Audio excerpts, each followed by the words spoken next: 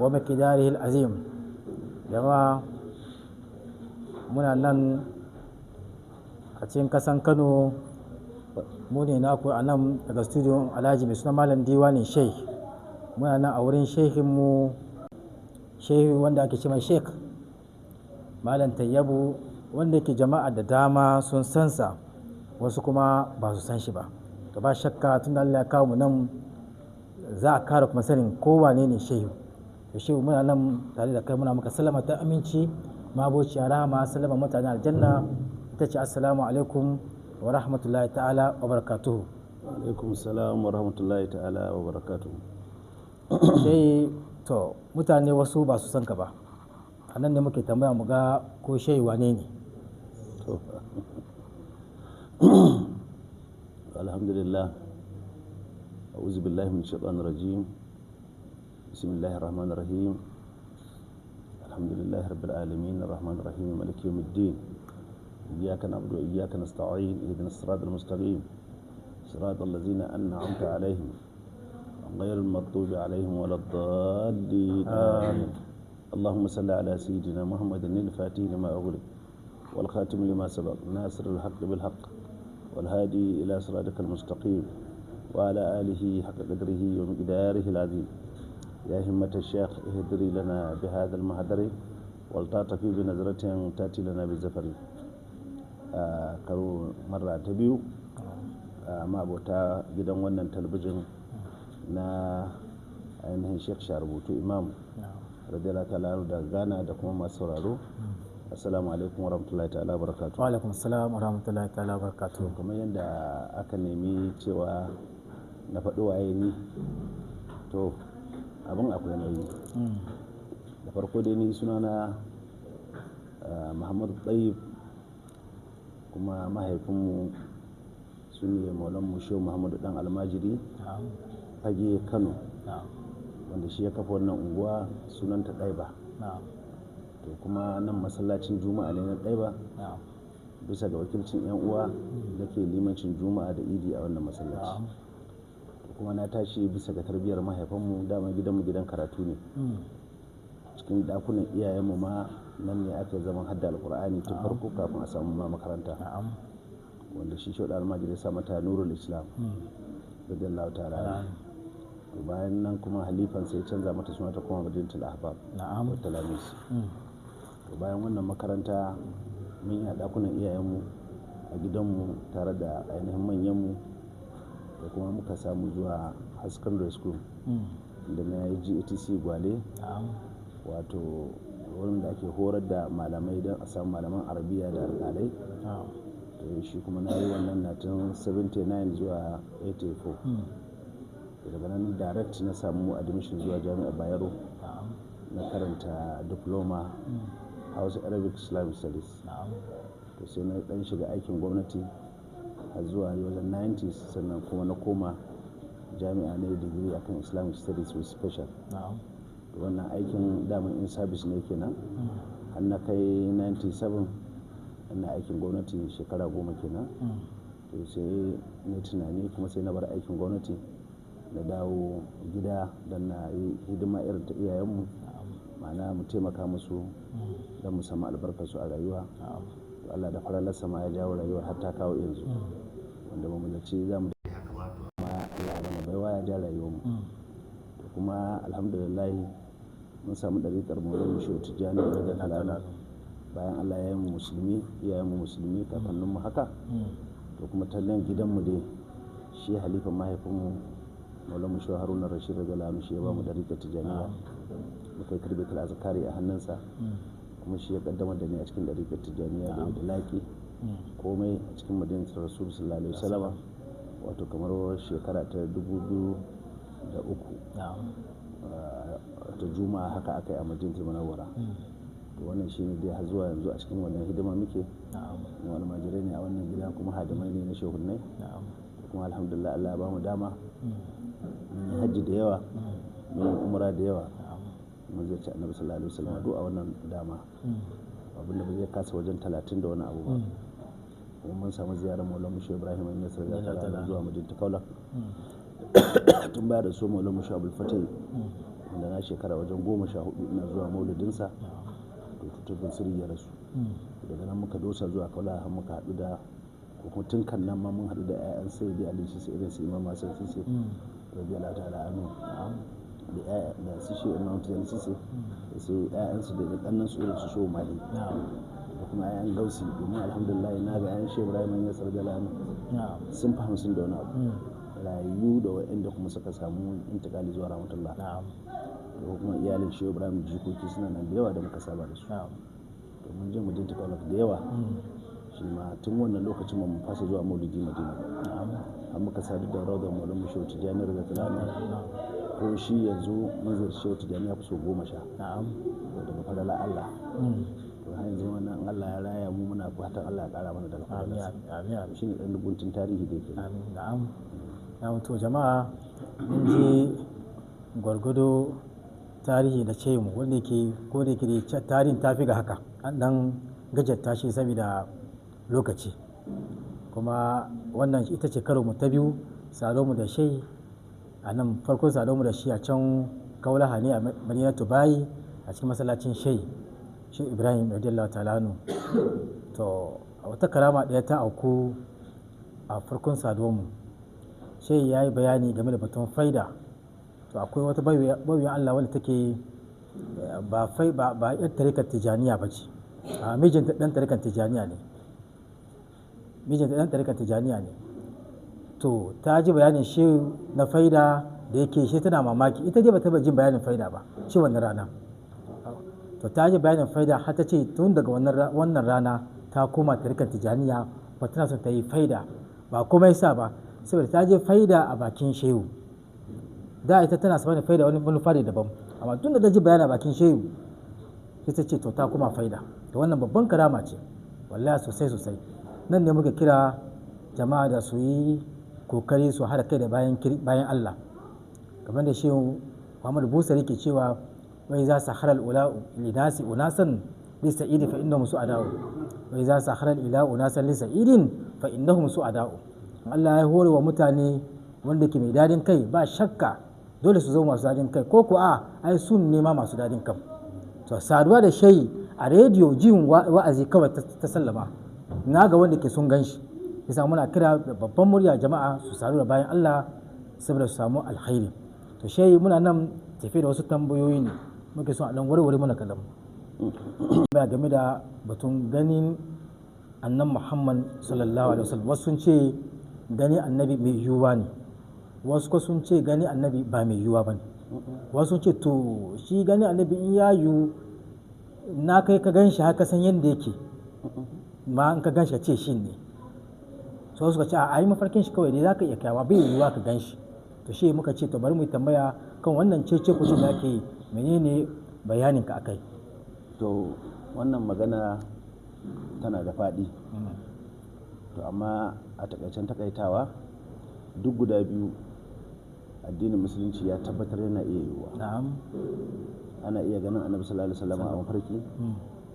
kuma ana iya ganin sa ido biyu ba wai sai an je lahira ba saboda wato ita shari'a ta tabbatar da abin da yake a mafarki akwai abubuwan da mafarki gaskiya ne domin duk annabawan Allah kira da amince tabbata a gare su wato wahayin annabta da ake musu a mafarki ne annabi sallallahu da kansa ya anshi barin wahayi a mafarki kuma ya ansa ido biyu sallallahu alaihi wasallam saboda haka ainihin shi annabi sallallahu alaihi wasallam ya tabbatar da maganar mafarki kuma ya zo a cikin hadisi ingantacce annabi sallallahu alaihi wasallam yana cewa man ra'ani fil manami faqad ra'ani haqqan wanda duk ya ganni a mafarki to haƙiƙa ne ya gani wa shaydanu la yatamassalu shaydan baya kama da ni wato ma'ana a kowace irin sifa a farar fata a bakar fata amma a mafarkin aka gaya maka annabi Muhammad ne sallallahu alaihi wasallam to shi din ka gani ya ce shi shaydan baya kama da shi shaydan ba zai iya suranto wata sura ya zo mutum yana bacci ya nuna mai shine annabi Muhammad sallallahu alaihi wasallam ya ce haƙiƙa to ni ka gani to kuma bayan Allah har gaban gobe suna haɗuwa da annabi sallallahu alaihi wasallam a mafarki to haka nan ganin shi ido biyu ya zo a wani hadisi annabi sallallahu alaihi wasallam yana cewa marra'ani fil manami fasayarani ya kazata duk wanda ya ganni a mafarki to da sanni zai ganni ido biyu a cikin wannan magana ba ƙayyadewa aka ce sai a lahira ba ma'ana za ka gan shi ido biyu ko a nan duniya ko a lahira dai sai kun haɗu ido biyu in dai ka gan shi a mafarki to za ka gan shi kuma ido biyu kuma cewa annabi sallallahu alaihi wasallama ana haɗuwa da shi kuma ana ganin sa ai darajar da Allah ya bashi da faralar da Allah ya bashi to ta fita kowane irin annabi shine mafi darajar su shine mafi tarewar mu'ujizoji da komai ko ka su sauran annaba ma yanki ne daga ainihin karfin mu'ujiza annabi sallallahu alaihi wasallam to ba dan adam musulmi ba ko martaba irin ta annabta abin da yake dabba ma ya mutu a ya dawo duniya an ganshi kuma an yi amfani da shi yanzu kamar uzairu ai ya zo zai wuce gari ya ga garin ma ƙasa ta binne shi saboda tsawon zamani yake mamaki yanzu wannan mutanen da suka rayu a nan kuma za su tashi alƙiyama kawai sai Allah ya kashe shi shekara 100 ya mutu shekara 100 murus shi uzairu yana kan jakin ma baya nan komai ya kare shine Allah ya tabaraka ta'ala ke bada kissa a cikin alqur'ani aukan lazi marra ala qaryatin wa hiya tawiyatun ala urusha qala an yuhyi hadhihi Allah ba'da mautaha to fa amatahu Allah to da yayi mamakin haka sai Allah ya kashe shi sai da shekara 100 aka tashe shi aka ce shekarunka nawa da mutuwa sai ce yawman aw ba'da yawm shi yana ganin ko dai wuni ko wani rabin wuni haka ko ya samu sai aka ce a shekara ka 100 da mutuwa amma ta inda zaka gane ina jakinka sai ya zama ba jakin sai wani dan kwatangwalalan kashi na kugu kuma yana gani kashin ya rinka gaduwa har zuwa girman jakin tun yana fari ya koma ja take a gabansa aka nuka mai nama aka sa mai fata kuma ya tashi ya ihu kuma aka ci gaba da hawansa to idan jaki ya mutu kuma ya tashi bayan mutuwa to ai min babil aula dan adam da Allah ya girmama shi ya fi saukin ace ya iya yiwa haka kuma annabi Ibrahim alayhi salam ya tambayi Allah dan ya ƙara samun yaƙini ya Allah yake raya matattu sai aka ce ya samu tsuntsaye kala 7 su zakara su da'usu su benu da sauransu aka ce ya yanyanka su ya cakuɗa namansu ya cakuɗa gashinsu ya cakuɗa komai da ƙashin ya dagargaje su sai aka to koma gefe ya kira kowane tsuntsu ya gani da za a yi in ya kira tsuntsu sai ya ga namansa da ƙashinsa da gashinsa ya taso kuma ya yi ihu ya yi kuka a can gefe don wa'annan dabbobi Allah yana musu haka a rayuwa yaya min babil aula a ce dan adam ko balle a ce annabin Allah annabi Muhammad sallallahu alaihi wasallam abinda Allah ya tabbatar a cikin kisar Isra'i da Mi'raji ai annabawan da suka wuce kafin zuwansa duk ya gansu to idan su za sun mutu shekaru dubbai an gansu kuma an yi mu'amala da su to ina kuma shugaban su gaba daya annabi Muhammad sallallahu alaihi wasallam idan kai inkarin wannan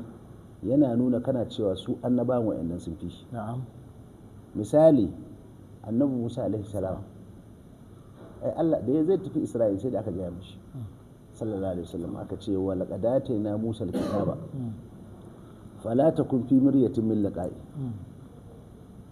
annabi Musa ma mun ba shi littafi kafin zuwanka kuma zaka haɗu da shi in ka gan shi shine kake hukunta ai ba su rayu tare da annabi Musa ba amma ka ce idan ya gan shi shine yanzu kamar kai da ka tambaya mutum in ya ce ya ga annabi an farki to ai bai gan shi ba a wancan ya zai gane hakika shi ne to haka aka annabi sallallahu alaihi wasallam annabi sallallahu alaihi wasallam akan hanyar sa zuwa baitul maqdis yace sai gashi na wuce da Musa a kabarinsa a areha yana sallah kuma aka je baitul maqdis duk annabawan da Allah ya ba su annabta da manzanni sai da mace ta mutu a gare su aka tara musu shi suka gaisa kowa hannu da hannu kuma duk sun mutu amma suka tashi ya ce annabi sallallahu alaihi wasallam ya ce jibril alaihi salam mutum biyu ne kawai ya ce min iyayena da annabi ibrahim alaihi salam da annabi adamu alaihi salam amma kowa za mu gaisa da shi sai ce ga dan uwanka wani ku gaisa ga dan uwanka wani ku gaisa. To da za a yi sallah sai annabi sallallahu alaihi wasallam ya ce sai na zaci daga iyaye na za a sa wani ya mana sallah, sai jibril ya ja zani na sai na gaba sai musu da sallah. A nan ne ya zama imamul anbiya sallallahu alaihi wasallam.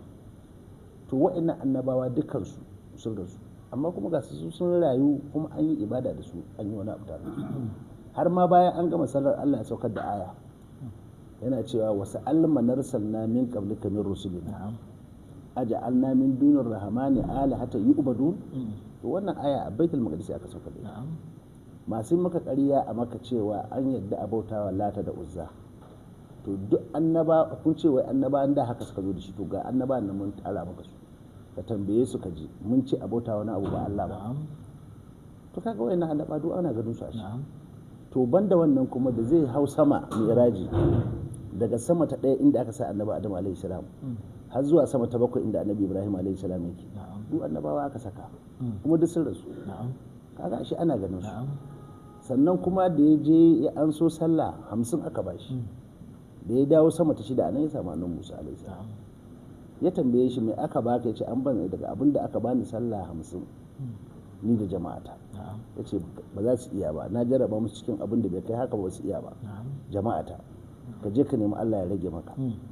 Yi ta kai kawo har ta dawo sallah 5. Kaga da shawara annabi Musa, wanda tsakanin annabi Musa alaihi salam da annabi sallallahu alaihi wasallam shekara 6000, to muku yanzu tsakaninmu da annabi sallallahu alaihi wasallam shekara 1000 ake magana da yan kwabbai. Saboda haka dan an ce an haɗu da annabi sallallahu alaihi wasallam, to idan kai inkari kana nuna wa'ancan annabawan sun fa annabi Muhammad sallallahu alaihi wasallam. Haka wannan ingantacce magana ce. Wato misalin abun in ka ga ba ku haɗu ba, to kamar satellite ce misali. Yanzu a duniya ana ta kalle-kalle, amma in baka da talabijin kuma baka da system ɗin da zai kama maka gidan talabijin ɗin, ai ba za ka gani ba. Haka. Amma idan kana da system, kana da talabijin kuma ka hada, ka iya kunna in babu signal kuma ba za ka samu ba. Amma idan signal ya samu kuma ga kayan kallo a daki, da kana buɗa sai ka gani. Saboda haka idan mu'jiza ta annabi sallallahu alaihi wasallam ta motsa dan a hadu, kai kuma Allah ya baka karama, shine wannan kayan jihaz din na talabijin da signal da kake da shi da system da kake da shi, to shikenan sai ka ga ka gani. Amma in baka da shi, to dan mutum ya ce baya da idanu, masu ido suka ce sun gani, ai bai kamata a ce yayi musu haka. To Allah ya sa mun dace. Amin amin. Na'am. Allah sai to saboda an karanta hadisi wani abin kamawa cikin hadisin shine ya kazata, wanda ya gan shi a bacci zai gan shi a fili kuma ya kazata, annabi ya amfani da shi. Wannan ya kazata ya kore bai yiwa kace ba ganin shi, yawwa da zai yi wajen ba ambatan ya kazata a cikin mafarki ko tunani, shi gwara-gwara in ji hausawan gada suka ce shi fili-fili. To Allah ya kara muna so annabi, ya samu cikin waɗanda yake masu gani annabi. Da shi yana yiwa mutum ya ga annabi ko cikin bacci ne ko falke, kuma sai annabi ya bashi wani abu. Mana yana yiwuwa. Yanzu misali ainihin annabi sallallahu alaihi wasallama ai har gaban gobe shine hakikanin mai shiryarwa. Saboda haka abinda duk ya baka, yana iya baka ya keɓance ka kai kaɗai, yana iya baka ka ba masoyanka. Ya yi ido biyu kuma ya ba da bayan rasuwarsa kuma ya zo ya ba da wannan alheri sallallahu alaihi wasallam. Yanzu misali waliyan Allah da suke faɗa cewa sun haɗu da annabi sallallahu alaihi wasallama ko a mafarki ko a ido biyu, ya ba su wani abu, ai abinda shari'a take yi aunawa ake a ma'aunin shari'a. Idan ka zo da labari sai a auna a ma'aunin shari'a. Idan ya daidai da shari'ar Allah, to shikenan an san dama daga annabi ne. Kai ba annabi kai ba ƙarya ba. Domin an tambayi annabi sallallahu alaihi wasallama yayi magana da can ya hana a rubuta hadisansa, to daga baya sai wata rana yayi hudu ba, domin ana cikin rubuta hadisi ana rubuta wahayi, sai zo ya hana rubuta hadisi. Sai suka ce da ya tambaye su cewa me kuke rubuta, suka ce maganganunka ne da muke. Sai ce a kitabun gairu kitabillah, yanzu har a rubuta wani littafi ba alqur'ani ba, to sai ya hana. Saboda haka duk aka daina rubutun hadisi. To wata ran sai zo ya wata hudu ba, to akwai wani makaho da ji daɗin hudu ban nan, sai ya roƙi annabi sallallahu alaihi wasallam ce ya ma'aikin Allah wannan hudu ba ina so in je in ga jama'an mu ina son kai izini a rubuta mun dan ina je a karanta musu to sai annabi sallallahu alaihi wasallam ce uktubu li abi shaha ku rubuta abu shaha wannan abin da muka faɗa to yana daga cikin hujjan ma da masu malaman hadisi suka dauka da za su iya rawaito maganganun annabi sallallahu alaihi wasallam to ka gani ido biyu kenan saboda haka duk abin kuma annabi sallallahu alaihi wasallam a cikin magana yake cewa haddisu anni wala haraj wa haddisu an bani isra'ila wala haraj faman kadzaba alayya falyatabawwa maq'adahu minan nar babu laifi in na gaya muku wani abu ku ba da labari ku ce daga gare ni yake kaga an yadda ke kuma kwa iya ɗauko hadisi daga banu isra'ila shi ma ku ba da labarinsa amma fa ku sani duk wanda ya kirkiri ƙarya ba ni na faɗa bai ce shi ni na faɗa to tun daga nan duniya ne filin zaman sa a wuta jahannama to da haka su masu zuwa su zo su ba da labari cewa sun ga annabi sallallahu alaihi wasallam to yana da kyau su san da wannan larurar wannan hukunci shi sanya dole in suka zo ba malamai haka na za su an abu ba sai sun auna shi da ma'aunin shari'a daman shari'a ta yadda ai haka to kuma annabi ya faɗa to a dama magana sa kenan saboda haka har gaban gobe duk inda kaga wani malami zai yi ta magana akan shari'a niyaba yake wa annabi sallallahu alaihi wasallam to ko anan da ido da ta gani ma'ana sanda malam ya zo ya ce an so daga wane annabi sallallahu alaihi ya ce to an wuce mala to yanzu annabi ne zai magana da kai an gane kamar makarancin qur'ani ne sanda zai ta'awizi ya karanta qur'ani na ya Allah ne yake magana idan umarni aka bada da kai mai karatu da ni mai ji duk tare aka umarce mu in hani ne ma haka saboda ya ce inna alaina jama'ahu wa qur'ana fa idza qara'nahu fattabi' qur'ana summa inna alaina bayana ka gane ai to saboda haka ya inganta ana ganin annabi sallallahu alaihi kuma ya faɗi magana ko ya bada wani abu kuma a zo a faɗa bayi ko kuma a keɓance ka da shi kamar yadda a rayuwarsa haka ya keɓance wa'insu da wasu ayyuka daban ya kuma yi abin da kowa da kowa ma ya shiga saboda haka wannan yana inganta amma abin da ma'aunin shine ma'aunin shari'a kuma bayan sa annabi sallallahu alaihi wasallam da yawa bayan Allah su ma sun irin wannan magana ya kaji sun ce kamar maulan mushehu tijani Allah ya da shi yana cewa in kun ji an ce na ce to abinda aka ce na ce ku auna shi da ma'aunin shari'a in ya daidai ku ansa in bai daidai ba ku watsa to duk bayan Allah yanzu misali malaman mazahibin nan aka ga su abin da suka rinka cewa in an ga hadisi ya inganta ya saba da abin da na faɗa to ku aje magana ta ku kama hadisi to irin wayannan abubuwan to sai game da kasan wasu su kan yi gaddama da cewa misali yani annabi ya bashi wani abu abin da ke ya dangance wasu azkarai wasu kan cewa ai qur'ani ya riga ya ce mana al-yawma akmaltu lakum dinakum wa atmamtu alaykum ni'mati wa raditu lakum islam dinan to bayan wanga aya ya sauka an cika mana addini to me kuma in akwai wata abin amfani ai da annabi ya bayyana a rayi me yasa bai bayar a lokacin ba sai daga baya a ce annabi ya ba wani a cikin bacci ko an gaishe wani ya bayar wannan akwai hujja ka haka rashin sanin ma'anar akmaltu lakum dinakum ayan an ce addini islam ake nufi shi kuma islam din kamar ka ce abu ne gida in an fara akwai kwaya kuma akwai kwaya an gane ko shi ne addini annabi sallallahu alaihi wasallam da tauhidi kawai ya fara zuwa sai da aka ta zama maka aka za a taso aka isra'ili mai raji aka samu sallah sai da aka zo madina aka samu zakka aka samu azumi aka samu zakka aka samu hajji to wanda shine addini to duk abin da ka gani daga cikin wannan abu ne shi sai ya zo a cikin hadisi sahihi annabi sallallahu alaihi wasallam ya ce wanda ya kirkiro wani abu baya cikin lamarin mu to an mai da mai aiki man ahdasa fi amrina hada ma laysa minhu fa huwa raddun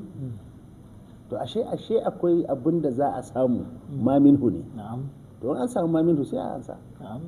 saboda haka ba wai sabon abin ne aka kirkira ko sabon shari'a ba ko da su ma za ka ji larabawa ko sufaye suna cewa alwaliyu la yati bi nassin jadidin walakin yati bi fahamin jadidin ma'anasi waliyai da suka zo za su ce annabi ya ba su kaza ko za su zo su warware wata fatawa su ba da wani abu ba wai sabon wahayi aka yi musu babu sabon wahayi bayan annabi sallallahu alaihi wasallam amma za a iya zuwa da sabuwar fahimta amma ita ma din ba da molanka ba sai an jingina da nasi kamar yadda Allah tabaraka wa ta'ala yake cewa ati'ullah wa ati'ur rasul wa ulil amri minkum akan ulil amri sai ce fa in tanaza'atum fi shay'in to farduhu ila Allah wannan ai shine ayi magana ba wai cewa annabi sallallahu alaihi wasallam ya addini ya cika to menene ya kawo kamar yadda muka yi magana da kai a kaula kaga annabi sallallahu alaihi wasallam ya ce ayi da kulli shay'in qishurun wa lubbun wa lubbun lubbin kowane abu da ka gani yana da kwanso yana da kwaya yana da kwaya to kwanson wannan addini shine islamu to duk abin da ka yi biyo na kwayar da kwaya ai duk islam ne ka fahimta ko to saboda haka ainihin abin da zai gyara waɗannan abubuwa guda biyar duk akan shi ake magana yanzu misali ai kaga na baka misali a baya cewa shi musulunci yana da mukamai uku da tuba da takawa da istiqama to waɗannan abubuwan guda uku in ka shiga cikin imani makaman da yake da ihsani makaman da yake ciki to duk don su gyara wannan uku ne duk akan wannan uku ake magana saboda hakan ana magana su wasu azkarai ko a baka wani abu duk don wannan ukun su gyara saboda misali wayannan ayyuka guda biyar na musulunci sanda duk kake yin su Allah ba ruwan shi da su manzo Allah sallama ce in kuna aiki inna la ilaha yanzuru ila suwarikum wala ila amalikum walakin yanzuru ila qulubil lati fi sudurikum idan kuna aiki da aikin da mai aikin Allah ba ruwan shi da su yaya yake a zuci to ba za ka samu gyaran zuciya aikin nan ya shiga zuciya ba sai ka shiga babin imani bangare wato kwayar musulunci ke to shi kuma imani ba abin da ke shigar da ayyuka cikin nan sai zikirin Allah an fahimta to sau da haka waliyai da suka zo da rikun zikiri in dan su gyara zuciyarka sanda kake aiki ya zama Allah ka nufa ka samu gaskiyar nufi ka samu ikhlasi ka samu jin daɗi da bin Allah to sai kuma kwaya shi kuma shine babin ihsani ya zama na rabu ruhinka ya sadu da halar Allah ka bautawa Allah kamar ga ka gashi kana ganin sa gashi to sai baka hau wannan mukamin fa to sanda dai kake ka sakankance ka san Allah yana ganin ka kaga ba za yanzu ko kai ka dauki lebura kuma zaka biya shi yanda ya kamata kuma ka tsaya ya ai ba zai ujuru a gaban ka ba to balle Allah ya fi wannan biya babu wai ƙari ba ƙari bane ba addini cikakke ne babu ƙari to mun ji cikakkun bayani ba shakka ko ai ba wata bayani kuma bayan hakan dai mutum na so ya tabbatar da ga zartutukan da yake na ji sai dai in dai ina so yi maka shi karya ne ya ko ni karin magana na turawa wai when a person pretend to be asleep no matter how you knock the door he will never wake up mutum ya ganganta bacci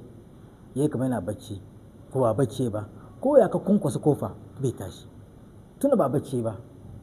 amma dai bacci ka kunkwasa kofa ya tashi shi ne irin wannan hujjoji ne wanda yake in ka ji ya kamata ka karbi in ka ki karba to kai da kanka kana kin lamarin ne ko Allah ya sa muna fahimta cikin zukatanmu idan da muka jana yi da ya taso daga bayan nan wai to wani ya ce ya ga annabi ko ya ce ya ga annabi ya bashi to menene su wane ne shaida wai tuna musulunci na yake da shaidu ne yanzu misali idan ka yi wannan tambaya kai yanzu aka tambaye ka waye iyayenka ka ce ga babanka ga babanka to waye shaidar ka su ne babanka da babanka kai kana da shaidar wannan shine babanka labari kawai aka baka to ka yarda da wannan ma balle wancan kuma shaidar ta mace ce ita ta ce wannan shine babanka kan an tambaye ka ya aka yi zama babanka baka sani ba kawai labari aka baka ka yadda principle of logic kenan wannan logic kenan in ba kai logic ba za ka fahimci karatu ba Allah ya kara mana fahimta mun gode shi Allah ya saka da alkhairi Allah ya saka da alkhairi Allah ya saka da alkhairi muna da tambaya ta biyu ko ta karshe kenan to Allah ya sa mu sani amin shayi to tambayar mu ta biyu muna afuwan muna so mu yi tambaya ne game da muna jana batun shari'a a musulunci akwai shari'a akwai hakika to sunan biyu ne wanda ke wurin karanta wurin fadin shi ma ba ɗaya bane shari'a da hakika to muna so mu san bambanci tsakanin waɗanda sunan nake biyu don an ce duka kuma cikin musulunci take mene bambanci tsakanin shari'a da hakika to shi ma wannan sai da misalai domin shi addini ya zo yana ɗora misalai ne don mutane masu hankali su rinka ganewa. Idan an ce shari'a wato abinda ta hanyoyinsa ka gane hanyoyin da za ka sadu da abu to shine shari'arsa. Amma hakika zigidar ɗin abin to shine hakikarsa. Yanzu misali in ka ce iyaka na abudu Allah kai kaɗai muke bautawa, kaga akwai Allah da ake bautawa akwai kuma masu bauta. To wannan shine shari'a, ka ci ka sha kuma ka roki Allah ya maka, an gane ko ga bayi ga ubangijinsu. Amma hakika wurin da aka wuce ya zama na Allah ne kawai babu waninsa kuma dama haka yake. Shine ka ce wa iyaka nasta'inu. Yanzu in ka ci abinci to a cikin wa iyaka nasta'inu ba da abinci ka koshi ba da Allah ka koshi. In ka sha ruwa haka, in ka ansa in ka bayar duk daga Allah ne. An gane? Shi ne hakika. Wannan shari'a, wannan hakika.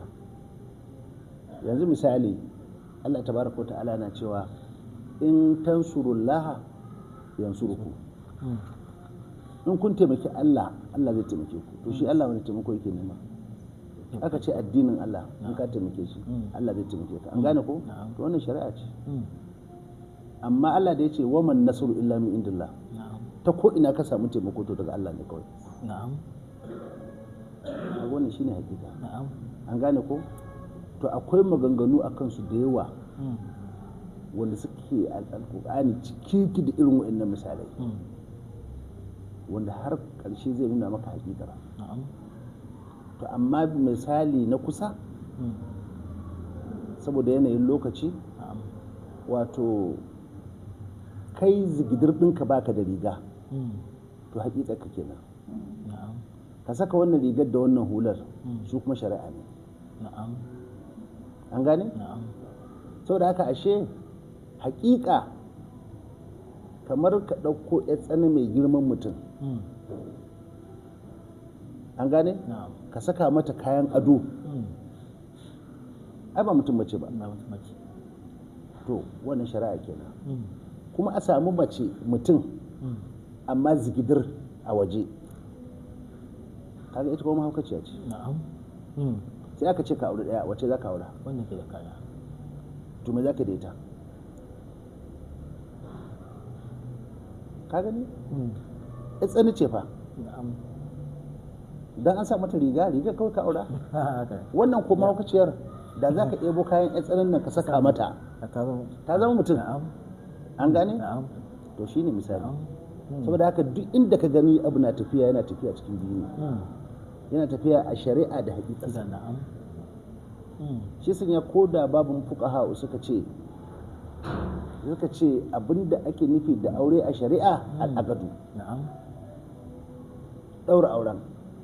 na baka, na ina so ka bani, na nema, na baka, na ansa, ga sadaki gashi. Shine me?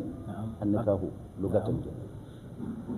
To amma a hakika safa aka ce saduwar auren kuma bayan an yi. An gane ko? To kaga ai a sannan za a ajiye shari'a ne a hada a hakika. Kuma ba za a bada labari ba, bada labarin sharri ne. Ka fahimta? Wannan shine misali mafi kusa da za ka iya ganewa. Saboda haka shari'a ba ta iya tafiya ita kadai. Tunda kamar ƴan tsanan nan ce da ta saka kaya. Hakika ko in ta fito sai a ce mahaukaciya ce. An kware komai kenan. Yauwa.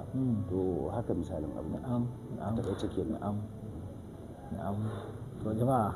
muna jin bayanin da shi kan hakika. Muna samani ban sani ba, wani magana ina fahimta, wani magana gaskiya ban fahimta. Amma ban fahimta bai hana fahimtar wani ba. Saboda akwai abin da nake son gani ko shi ya jawo ban ga ya fado ɗaya cikin hakika ba. Saboda mu falka kan zancen hakika yadda wasu muke fassara hakika. Ina samani shi ko zaka ce hakika shine shikenan ba a sallah. An yi sallah shari'a ne, ba a sallah hakika ne. To kaga wannan ko bai shigo ba, to wannan ko shine abin da ke yaduwa, ba a sallah to wannan muke so mutane mu gane ba zancen ai an ce hakika bane. in an ce hakika ai Allah ce annallaha huwal haqq na'am wa anna ma tad'una min dunihi huwal batil. na'am Allah shine hakika. In ka ce hakika Allah kenan. Duk abin da ba Allah ba babu shi. na'am Amma kai kana ganin kamar gashi ko Na'am. kuma babu shi. na'am An gane? na'am To ka ji bambanci ana. na'am Sannan kuma mutum ya yi da'awa ya ce ba zai tsaya kan iyaka na abudu ba sai iyaka na sta'inu to kuma bai cika ba. na'am Domin duk sanin Allahnka ai ba ka kai annabi Muhammadu sallallahu alaihi wasallam. To kuma duk halitta ba da ya kai shi bin Allah. na'am To idan ka yadda ka san Allah kai da'awa da wannan na'am kuma ka tsaya kan hanyarsa ka ba Allah to sai ka haɗu tare da shi. na'am Amma idan kai da'awa kai ka san Allah shaidan ma ya san Allah na'am amma da ya ƙi bin Allah to shi kenan sai Allah ya la'ace shi ya kore shi to za ku zama tare da shi. na'am Wannan shi ne iyaka. gaskiya Sannan kuma idan ka lura wato a babin hakikar din mutane ne suka kauce da ma'anin gindin ma'ana. Yanzu misali na ce maka duk abin da ba Allah ba shi annallahu huwal haqq wa anna ma tad'una min dunihi huwal batil. Ai an samu wani sahabi ya zo ya tambayi annabi sallallahu alaihi wasallam ya ce da ubangijinmu kafin ya halicci halitta a ina yake. Sai annabi sallallahu alaihi wasallam ya bashi amsa daidai hankalinsa. na'am Ya ce kana Allahu fi amai. Allah yana cikin girgije ne. Wani girgije ne fale-fale da ka gan shi kuma minti kaɗan ya watse iska ta watsa shi. na'am To sai ya ƙara yin tunani ai wannan girgijen mahalitta ne. Ya ce to kam ya halicci kuma girgijen a ina yake. na'am Sai annabi sallallahu alaihi wasallam ya bashi amsa da ba zai ƙara tambaya ba saboda fasaha. Sai ya ce kana Allahu la shay'a ma'ahu. na'am Daman can fa Allah babu komai tare da shi. To sai na Ali yana wajen shi kuma ya samu tarbiyya a hannun sai manzala. Sai ya ce yanda yake da can har yanzu ma haka yake. na'am To kaga ya za a gane. yawa Sai annabi sallallahu alaihi wasallam ya kwabe shi. na'am Saboda shi wanda ya tambaya an ce har yanzu Allah ba komai tare da shi. An gane? Wa anna mata da una min dunihi huwal batil. To yana ganin shi gashi ga annabi kuma ga sama ga ƙasa. An ce har yanzu to ya ta ina zai gane. na'am To sai annabi sallallahu alaihi wasallam ya ce haba Ali kallimun nasa ala qadr uquli. na'am Aturiduna an yukadzibu Allah wa rasula. In za ku magana cikin mutane ku rinka yi gwargwadon hankali. na'am Ko kuna so su kare ta Allah da manzansa. na'am To amma yanzu a zamanin faila sai ka iya gane tambayar cewa har yanzu Allah ba ku mutane. na'am An gane ko? na'am ba shakka Saboda me yanzu misali da za ka leko masallacin nan ba kowa ga fankoki ga shimfiɗa ga mumbari an gane sai ka ce ai masallacin ba kowa a ciki. To idan aka tadda mutum ɗaya fa aka ce wane kai da waye sai ce shi kaɗai ne. na'am Idan ya ce da shi da fankoki da shimfiɗa da mumbari sai aka shiga gidan mahaukata. ya karani na'am Ka gane? na'am To duk abin da ba Allah ba kuma haka yake tare da Allah. na'am Shi san ya zama huwa Allahu fi sama wa huwa allazi fi samai ilahun wa fil ardi ilahun. na'am Kaga har yanzu ashe ba komai tare da shi. na'am Kuma yanzu kana kai kadai a cikin nan aka tambaye ka saboda Allah kai kadai za ka yi rantsuwa ka ce wallahi tallahi kai kadai ne ko ba za ka yi kafara ba. na'am Amma an ka lissafa da wayannan abubuwan da ba mutum irin ka ba na'am ai ba za a ansa ba. na'am Saboda ka duk abin da ka gani annallahu huwal haqq wa anna ma tad'una min dunihi huwal huwal batil batil. na'am Saboda haka wayannan masu yin da'awoyi mafi yawa zamani ne alkhairi yayi yawa a cikin kamar da sharri yayi yawa a ciki. na'am Wasu suna kaddamar da kansu su ba da dariƙa ba izini. Wasu kuma suna kaddamar da kansu su tarbiyyantar ba izini su ma ba su yi tarbiyyar ba. Amma duk wanda ya sha a tsarkakakken wuri ba za ka ga ya ruɗe ba. na'am haka Wannan shi ne na'am kwarai da gaske. na'am wannan gaskiyan kenan wannan shi ya kira wanga zantutukan shayin ga shine abin da ke ana kira kai ba wancan zantutukan ba kada ka dauki abin da wani musulmi ya aikata ka ce musulmai haka suke haka ma kada ka dauki abin da wani dan faida ya aikata da ya fita shari'a ka ce faidan haka yake ka ji abin da masana faidan ke fadi wannan shine in zai tambaya addini ana tambaya masana addini ne ba ga mu kawai muna zaune wurin shan shayi mu kawai ana tambaya addini la Allah mu jahilai ne ana bin masana addini ina tambaye su kawai masu ilimi kai wannan shine gaskiya a yi mu juna adalci a bar kirkire yau muna so muna adalci mu musulmai in terrorism ga sun je sun yi siya da sunan musulunci da kabara Allah akwai suna fasa bom ana wurga mizas sai wa'ancan mutane su ce musulmai haka suke ce mu ce ai ba musulunci bane to me yasa muke danganta wasu zatutuka wanda ke ba shi cikin shari'a mu ce ko haka faida yake ko tarika yake to wannan ba adalci ba magana shi yayi wala mu ba cikakkun magana ne wanda ke zukatanmu yana bukatar je irin haka muna kauna jin wanga zatuka shehu na biyun nan da tun daga kanmu mu musulman yan faidan yan tarikan mu samu wani taraki a cikinta sa'annan wa'anda kuma ba su cikin mai kiyar aiki ya janyo su ya kawo su a ciki kamar wanda wancan maganan ya janyo wata ya kawo ta ciki Allah ya saka da alkhairi shehu mun gama magana ne amma mun fito daga diwanin shehi wannan studio nan a can gidan shehu Usman Nuhu Sharutu chief imam a gidan shi ba abinci da ake ci a rayuwar gidan shi kaman shehu Ibrahim wannan mai studio kuma babban almajirin shi ne kuma sha'iri ne da shehu Ibrahim ya yi masa madayi gabansa ma yana lokaci na dan samari ya asasa wannan shine shugaban tafiyan mu zuwa Kaulaha muna son a ba da wani abinci ɗaya kaɗan wato wannan abinci shine a ba mu wani tarihi shi wani abu ɗaya gun su ramu da shi mu cika labarin mu da shi kamar me misali wani maganar shehu wani magana da ta shehu kawai ta shehu Ibrahim ta shehu Ibrahim Yas radiyallahu ta'ala anhu ta shi shehu Allah ya kare da shi kullum akan magana yake har yanzu tun daga baya amma dai ala ayi halin a dunkule duk wanda ya san shehu kuma yake so ya bi shehu to ya tsaya akan ayyukansa da maganganunsa wanda halayensa na annabi sallallahu alaihi wasallam yana cewa alhamdulillah na sha'atu dahiran ma qultu fakran bal nadabtu shakiran yace ina godewa Allah tun da tashi na tashi mai tsarki kuma ba ina yin alfahari bane ina yi ne ina faɗa ne dan godiya ga Allah yace ma qaddu jalasu safihan yace wani wawa mai bin san zuciya ba annabi yake yi ba bai taba zama abokin zamana ba yace inda duka gani cikin manyan bayan Allah masu bin annabi sallallahu alaihi wasallam kuma yana cewa wato ni ina da sauki in naga kana san annabi kana bin annabi to ni zaka iya juya da kai zama komai tare da kai amma zaka gani same ni mai tsananin kaushi da nauyin ɗauka sanda naga kana so ka jani akan san zuciya ba annabi ba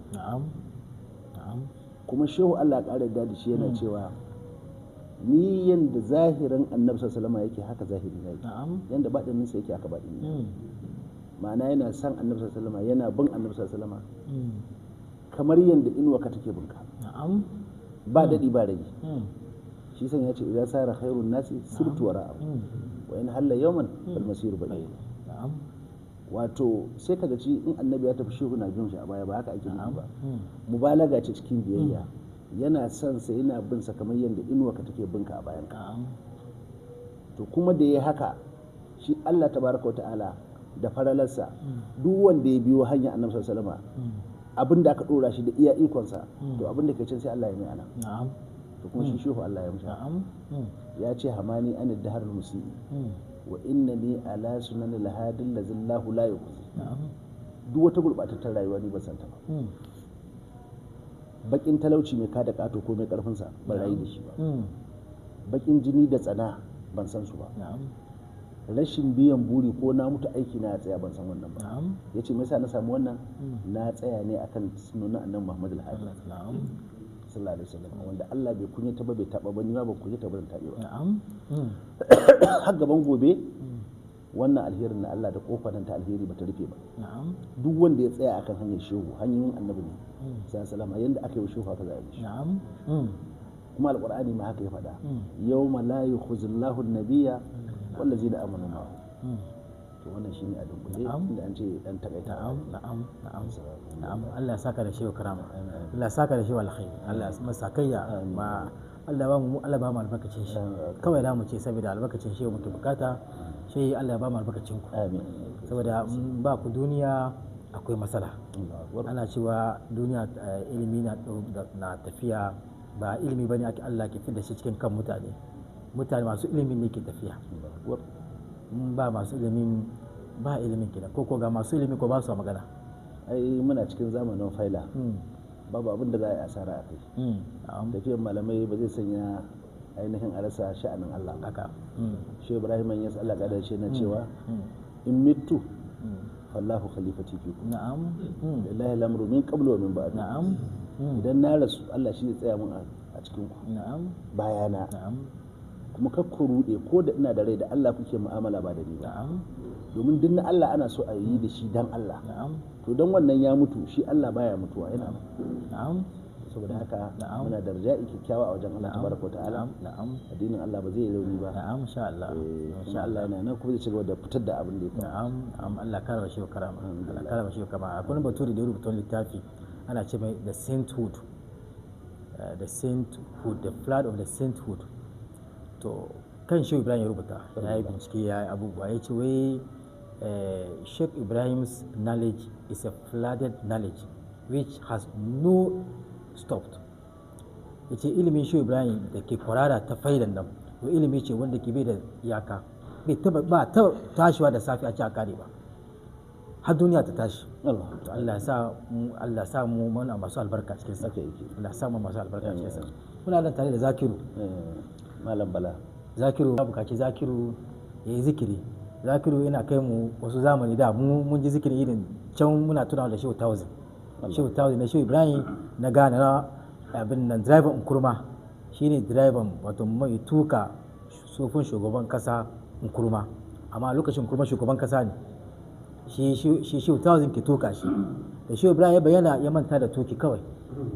direban shugaban kasa ya manta da shugaban kasa shi na lokacin motar shugaban kasa ya sa yara ciki ala ziki dana yawo da shi ko baka isa ba motar shugaban kasa to Shehu Tauzi ya yi haka ne mai alfarman Shehu Ibrahim radiyallahu ta'ala to nan ga Shehu Zakiru Bala kuma na tare da shanan haka suke ba ma son a ce ba son sanana ba da tarihin su ana mutanen kirki ne a to suna raye muna ji zikirin su saboda gobe mutuna da juna Allah ya saka musu alheri La ilaha illallah, la ilaha illallah. La ilaha illallah, la ilaha illallah, la ilaha illallah, la ilaha illallah.